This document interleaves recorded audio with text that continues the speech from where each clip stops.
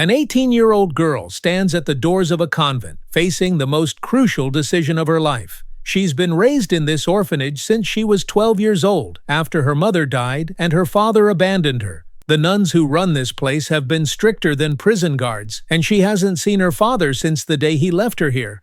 Now, she must decide. Will she take vows and become a nun herself, or will she walk away from the only home she's known and step into a world that has given her nothing but suffering? The girl chooses the unknown. She walks away from the convent and into a future she cannot possibly imagine. This girl would become Coco Chanel, one of the most iconic fashion designers in history. But here's what they don't tell you in the glossy fashion magazines and the elegant boutiques. There are two versions of Chanel's story. There's the version Chanel herself used to tell, filled with carefully crafted lies and omissions.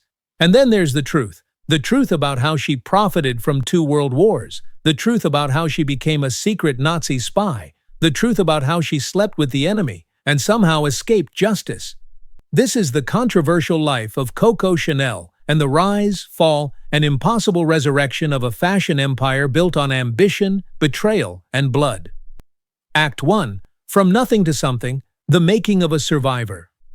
On August 19, 1883, Gabrielle Chanel was born into crushing poverty in a small town in France. Her father was a peddler who traveled from town to town selling clothes, while her mother made what little money she could by laundering other people's garments. When Gabrielle was just 12 years old, her mother died.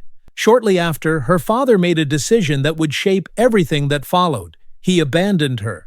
He sent young Gabrielle to an orphanage run by nuns and disappeared from her life forever. She would never see him again. The nuns who ran the orphanage were harsh and unforgiving. Gabrielle was miserable within those cold stone walls, counting the days until she would be old enough to escape. The only bright spot in her bleak existence was learning the art of stitching and sewing. She discovered she had a talent for it and began making embellished hats and dresses. But more importantly, she would watch from afar as wealthy ladies passed by, observing their clothes, their bearing, their confidence. And something crystallized in young Gabrielle's mind. She wanted to live like those women.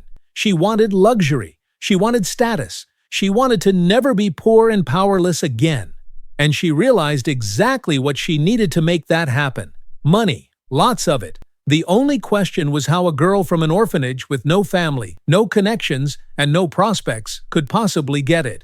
At 18, Gabrielle left the orphanage and enrolled in the Notre Dame finishing school for girls to develop her sewing skills further. She was determined to create a brand new life for herself, to completely escape the suffering of her past. She wanted to transform herself into one of those elegant ladies she had envied from behind the orphanage walls. In 1903, as she turned 20 years old, Gabrielle got her first real job as a seamstress. It was modest work, but it was her first step into the fashion industry. The shop where she worked was frequently visited by off-duty soldiers who needed their uniforms tailored. It didn't take long for Gabrielle to capture their attention. Beyond her exceptional sewing skills, she possessed what one soldier described as an enchanting beauty. One evening, a soldier invited her to attend a live musical performance. Gabrielle felt deeply uncomfortable at first because for the first time in her life, she was in the same room as the wealthy elite she had only observed from a distance. But something happened that night that would change everything. She noticed that even amateurs were being given opportunities to perform on stage. Gabrielle fancied herself something of a singer, and she sensed an opportunity to make an impression on the crowd. So she got up and sang. This led to her getting evening work singing in clubs, living a double life as a seamstress by day and a performer by night. This is likely how she acquired her nickname, Coco. Some believe it came from a song she frequently performed with the lyrics, "Who has seen Coco?"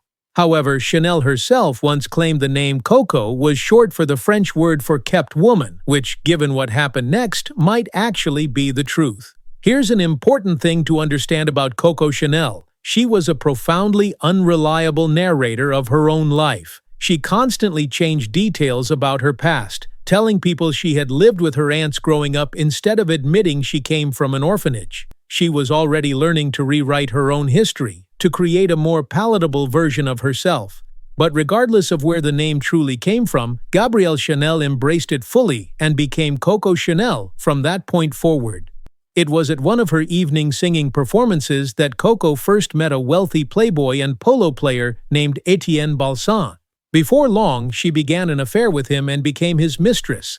Many believe Coco saw Balsan as a vehicle, a way to gain entry into the inner circles of high society. And it worked. She soon found herself mingling with the upper class and wealthy aristocrats thanks to her connection to Balsan. Coco even moved into Balsan's chateau, where he regularly showered her with the finest gifts, the most expensive dresses, the most exquisite jewelry. He wanted to dress her in the best of contemporary fashion. However, after some time, Coco stopped wearing the clothes Balsan bought for her. He assumed she was upset with him about something, but the truth was different. Coco had become frustrated that all of the fashion for women was designed by men. Their designs were purely decorative, completely impractical, and deeply uncomfortable to wear. Women were forced into gowns so tight at the waist that they could barely breathe. Corsets restricted movement and sometimes even caused physical damage. Fashion was about how women looked to men, not about how women actually felt. And that's when Coco saw an opportunity. She did something so bizarre and shocking that it would initially outrage almost the entire fashion community. While attending a high society event with Balsan, Coco showed up wearing a man's suit that had been tailored to fit her body, along with one of Balsan's ties and a boater hat she had designed herself. She was dressed in men's clothing from head to toe instead of a dress with a corset like every other woman there. It was an eccentric, provocative look, and everybody was talking about it. Coco had gotten exactly the amount of attention she wanted. After this, Coco began working on her own designs, trying to prove a point that a woman didn't need to wear tight dresses or long restrictive skirts all the time.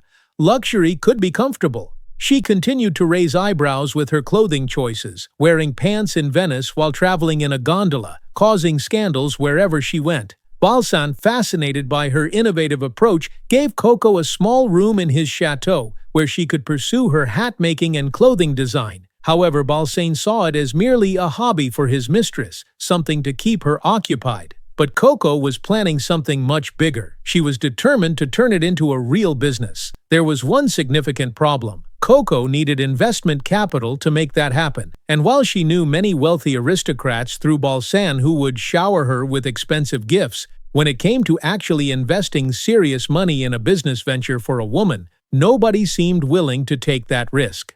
Coco was growing increasingly restless and frustrated. Then when she was 26 years old, everything changed. At one of Balsan's parties, she met a friend of his named Arthur Capel, an extremely wealthy Englishman. This relationship would completely transform the direction of Coco's life because the two not only fell deeply in love, but also became business partners. Act 2. The Price of Ambition. Building an empire on other people's money. Coco left Balsan for Capel, and the couple moved to Paris together. Capel saw genuine talent in Coco, something beyond just her beauty or charm. In 1910, he gave her the financial backing she needed to open her own small store in Paris, initially selling the hats she designed. Despite Capel providing the initial capital and offering his business expertise to help get things started, it was Coco's talent that truly made the shop successful. Her designs were remarkably unique and quickly became popular throughout the city. Her hats were elegant yet functional, a stark contrast to the oversized fruit bowl-like decorative monstrosities that French women had been wearing. Before long, her designs became a sensation because every popular French actress and socialite was wearing them. As her hats continued to sell well and her business grew, Coco began hiring employees and decided to introduce a line of casual luxury wear. Coco's vision was crystal clear from the beginning. She wanted to become a wealthy woman as quickly as possible, and she quickly figured out that her best option was to target France's rich and famous. She realized that Deauville was the place where these privileged people spent their vacations and money. So in 1913, Coco took a beach holiday to Deauville with Capel. For Capel, it was simply a romantic getaway with the woman he loved. For Coco, the trip was a reconnaissance mission to scout the perfect location for her first boutique. During the trip, she found exactly what she was looking for, and the House of Chanel officially opened its doors in this wealthy resort area. Coco's first collection was crafted from jersey fabric, which until that point had been used primarily for men's underwear. But these jersey garments quickly became the rage in women's fashion because of their simplicity and functionality. It was the first time French women were wearing dresses that were both comfortable and stylish. As Coco herself said, "I want to give women the possibility to laugh and eat without necessarily having to faint." Finally, Coco was basking in the spotlight of her success. But unfortunately, that spotlight didn't last long. The world was sliding into crisis. Tensions were rising across Europe, and before anyone could truly prepare, war erupted in 1914. During World War I, people were struggling to secure basic resources like food and shelter. Nobody was thinking about buying luxury fashion. As expected, Coco's business collapsed. European men left for the battlefield, and their wives were forced to take charge of the daily work. Women started working in factories, performing hard labor. There was no way they could wear dresses with frills and feathers while operating machinery or doing manual work. Many business owners would have become disheartened by these circumstances and simply given up. But Coco instead understood the requirements of the moment and adapted. She made practical changes to her designs and launched a daily wear collection for women using her signature jersey material, creating clothing that would be suitable for the jobs women were now performing. Her jersey dresses became a massive hit among women in the workforce, and Coco's reputation grew substantially throughout the war years and into the 1920s. Coco had turned wartime obstacles into opportunity. She later remarked, "The world was dying while another was being born. An opportunity came forward and I took it." However, while Coco's professional life was thriving beyond her wildest dreams, the rest of her life was falling apart. She was conquering the business world, but her relationship with Capel was deteriorating. Coco was madly in love with Capel, which made it all the more devastating when he told her that he was going to marry the daughter of an English aristocrat. It was 1918, the same year World War I ended, but for Coco it felt like her personal world was ending. She felt utterly betrayed. The truth was that Capel loved Coco too, deeply and genuinely, but his aristocratic background meant he was expected to marry someone with a title, someone from his social class. Coco didn't have any rank. She had come from an orphanage. Despite all her success, she was still looked down upon by many in the upper class as an upstart, a woman who didn't belong in their circles. Ironically, those same aristocrats who refused to accept Coco because of her background would later be lining up to wear her clothing and pay premium prices for the privilege. Even after Capel married another woman, Coco continued both their business relationship and their romantic affair. She became his mistress, a role she was all too familiar with. She took some solace in the fact that Capel was still present in her life, that they would still meet in secret, that perhaps she still meant something to him. However, on December 22, 1919, everything shattered.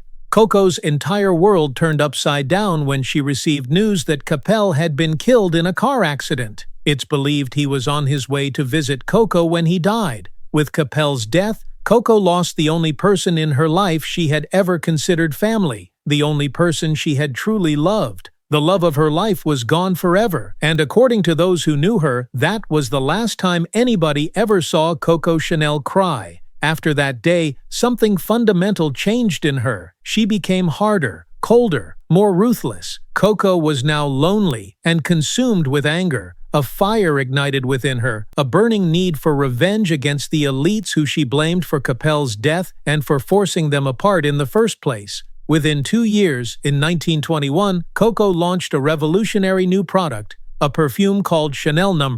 5. At that time, women were primarily wearing oils that had a single scent, like vanilla or rose. But Chanel No. 5 mixed different scents together, creating something entirely unique and sophisticated that soon became a symbol of class and luxury. Chanel No. 5 became the best-selling perfume in the world and remains iconic to this day. The perfume was so legendary that when Marilyn Monroe was asked what she wore to bed, she famously replied, "Just a few drops of Chanel No. 5. But there was a significant problem. With her lover and business partner Capel dead, Coco desperately needed a new business partner. At that time, women were not legally allowed to have their own bank accounts. When it came to complex business deals, contracts, and financial negotiations, Coco was lost because Capel had always handled those aspects. So in 1924, she found a new business partner and investor, a very wealthy man with extensive experience in luxury fashion brands named Pierre Wertheimer. While this partnership allowed her to stay in business and grow the perfume line, the contract Coco signed was disastrous for her. She would receive only 10% of the profits from sales of Chanel No. 5. It was a grossly unfair deal, but she had signed it, and she would spend the rest of her life fighting to change it. Around this same time, Chanel's brand logo was also unveiled, the interlocked double C's that are now recognizable across the globe. Coco also introduced several trends that would have a massive and lasting impact on fashion: the two-tone shoe, the little black dress, sportswear and swimsuits designed specifically for women.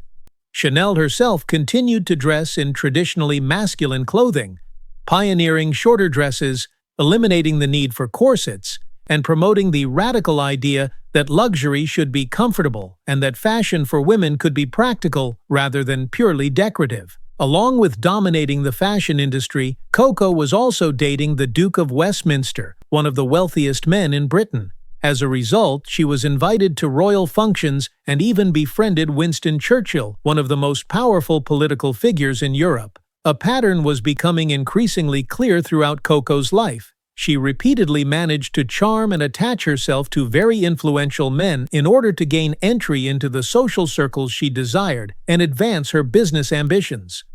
By the 1930s, Chanel had launched a jewelry line and her now famous handbags. Movie stars were wearing Chanel items. She had achieved everything she had dreamed of as that poor girl looking through the orphanage gates at wealthy ladies. But the world was about to change again, and this time Coco Chanel would make choices that would stain her legacy forever. Act 3. Sleeping with the Enemy. The darkest chapter. The 1930s saw the terrifying rise of Nazi Germany, and by the time Coco and the Duke of Westminster broke up, Europe was once again headed toward war. In 1940, the German army invaded Paris and completely occupied the city. Coco closed all of her fashion stores, which meant putting thousands of people out of work. According to Chanel's official biography, she fled to Lake Geneva in Switzerland for the duration of the war to stay safe. But this is not true. This is another one of Coco Chanel's carefully constructed lies. The truth is that she remained in Paris throughout the war, and not just anywhere in Paris. She moved into the Hotel Ritz, one of the most luxurious hotels in the city. Here's the critical detail that Chanel wanted erased from history. The Hotel Ritz was where the Nazis established their headquarters during the occupation of Paris. Coco Chanel was living among the Nazi officers who had conquered her country. In fact, she ended up in a romantic relationship with one of them, a senior German officer named Hans Gunther von Dinklage. She was quite literally sleeping with the enemy. As a result of this relationship and her cooperation with the Germans, while the Nazis destroyed countless homes and businesses throughout France, Chanel was perfectly fine. Her perfume boutique remained open and operational throughout the entire war. Now, some people have argued that Chanel simply befriended the Germans as a survival strategy, to keep herself and her business safe during a dangerous time, but that she was never actually loyal to them or supportive of their ideology. But other evidence suggests that Chanel may have been a genuine Nazi sympathizer. There are indications that she held anti-Semitic views herself, or at the very least, that she aligned herself with the German side because she believed they would win the war and wanted to be on the winning team. We may never know her true internal motivations with absolute certainty, but what does seem clear from declassified documents is that Coco Chanel became a secret agent for the Nazis during World War II. The Germans felt they could utilize her extensive connections to the elite, including members of the British royal family that she had befriended through her relationship with the Duke of Westminster. Coco apparently carried out multiple missions for the Germans. For example, she was deployed to Madrid to make contact with Allied personnel under the guise of discussing business plans. For many years, Chanel's involvement with the Nazis was mostly rumor and speculation, whispered about but never fully proven. But then in 2011, a book was published called Sleeping with the Enemy: Coco Chanel's Secret War by Hal Vaughan. This book pieced together the truth using French police archives that had been declassified, cross-referenced with documents from other countries. The book presents compelling evidence that Chanel was not just passively cooperating with the Nazis to survive, but was actively working for them. According to Vaughan's research, Chanel was touring Europe attempting to recruit new agents for the Third Reich. The book claims she used her high-level connections to gain secret intelligence information for the Nazis and convinced other people to perform tasks that would help the German war effort. According to these declassified documents, in 1944, the Nazis even sent Chanel on a mission to negotiate a surrender deal with the Allies. The Germans chose her specifically because she personally knew Winston Churchill, and they thought she might be able to leverage that relationship. However, Churchill rejected the proposed deal. By that point, it was becoming increasingly clear that Germany would lose the war, and there was no reason for the Allies to negotiate. But for Coco Chanel, her motivation for helping the Germans may have had less to do with ideology and everything to do with what she cared about most: business opportunity.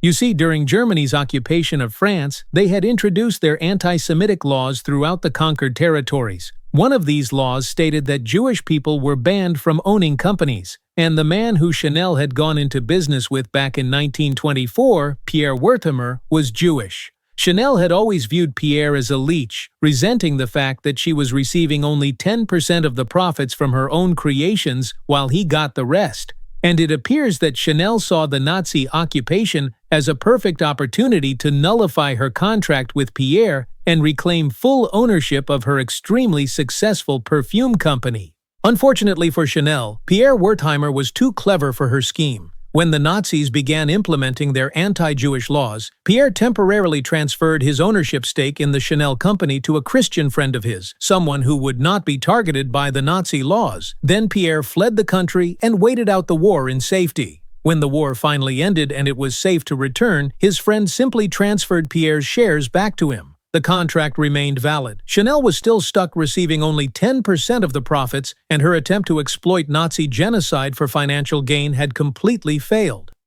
Asked 4. The Great Escape. How did she get away with it?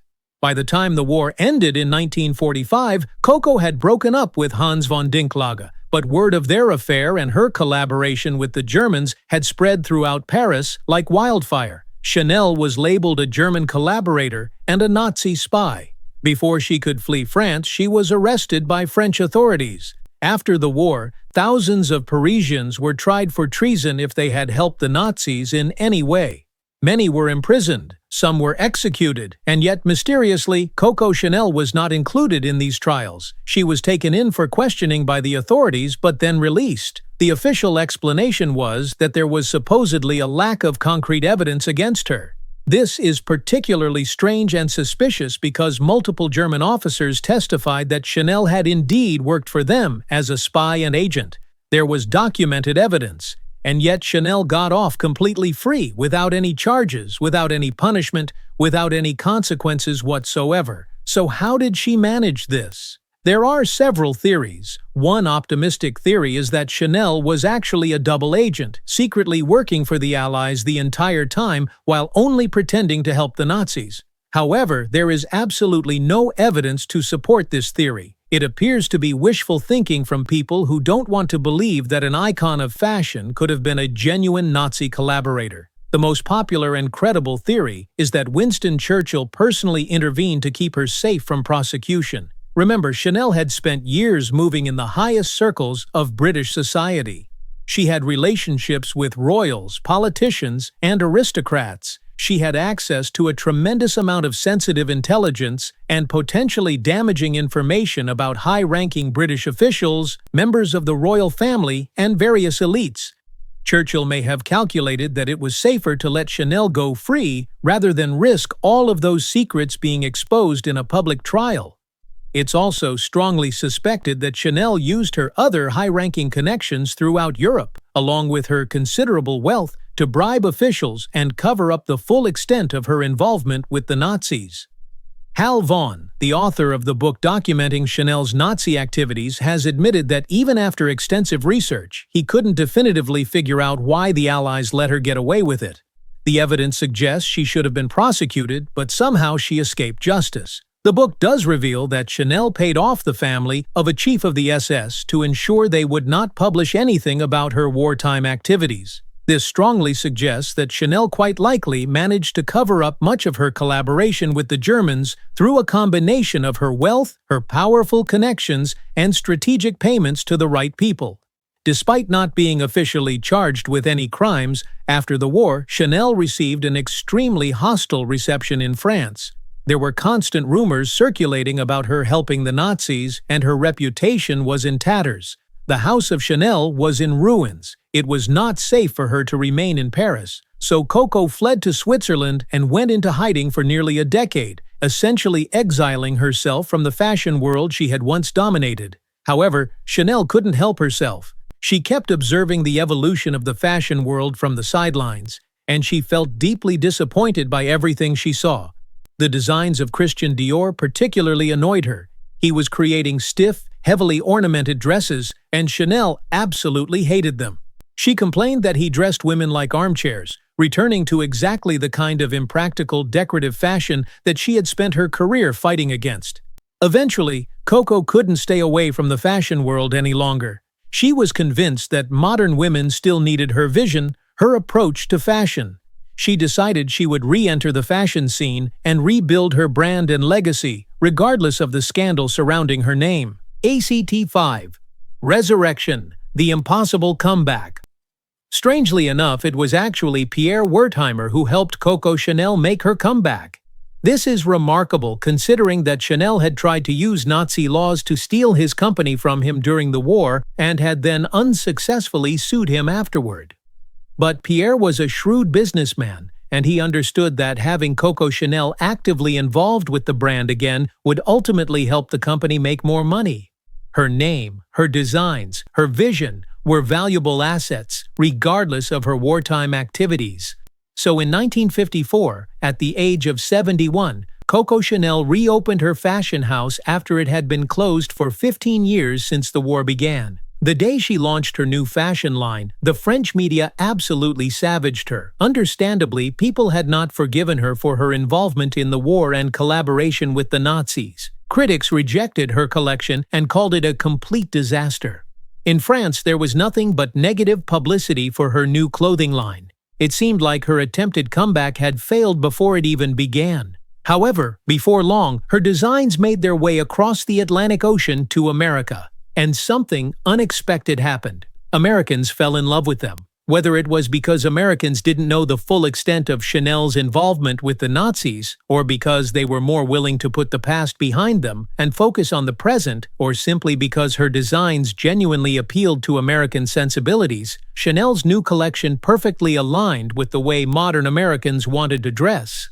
Soon, Chanel's clothing became extremely popular with American celebrities and Hollywood actresses. Prominent women of the era like Jackie Kennedy and Elizabeth Taylor all wore Chanel designs. Against all odds, despite everything she had done, Coco Chanel had somehow reclaimed her position as the queen of fashion. And even at the age of 75, she was still launching successful new designs, such as the classic tweed suit that remains iconic today. Coco Chanel died in 1971 at the age of 87. Shortly after her death, the legendary fashion designer Karl Lagerfeld took over as creative director of the company and helped grow the business even further into a global empire. Interestingly, the Chanel company is still owned by the Wertheimer family to this day. While Pierre is long gone, his grandsons now control the brand, and together they have an estimated net worth of over $30 billion. The House of Chanel has continued to be an extraordinarily famous and influential brand that inspires prominent fashion designers around the globe. Chanel's marketing campaigns are particularly brilliant, creating cinematic mini-films where viewers almost forget they're watching advertisements. But of course, despite the company's enormous business success, there have still been controversies even after the founder's death. For example, the 2021 Advent calendar they released for $825 generated substantial bad press because it contained items like cheap stickers and pins, leading many customers to feel the brand was ripping them off. Then again, compared to the company's founder being a Nazi spy who helped Hitler, a disappointing Advent calendar doesn't exactly register as that significant of a controversy. Conclusion: the uncomfortable question. Which leads us to the final and most interesting question: what should we think of Coco Chanel?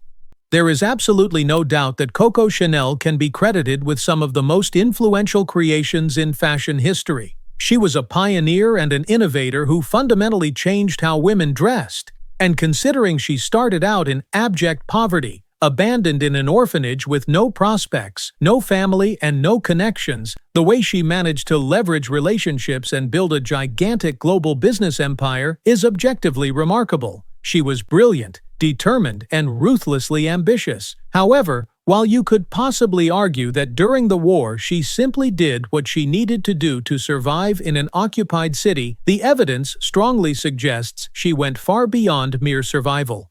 She was actively helping the Nazis, working as an agent, attempting to recruit others, and trying to profit from genocide by stealing her Jewish business partner's company. Which raises an even more complicated ethical question. Should the actions of Coco Chanel affect how we see the company today? Because although the company is named after her, she's been dead for over 50 years. It's not even as if the Chanel family owns the business anymore. The Wertheimer family controls it, so can you truly separate the creator from what the company has become today?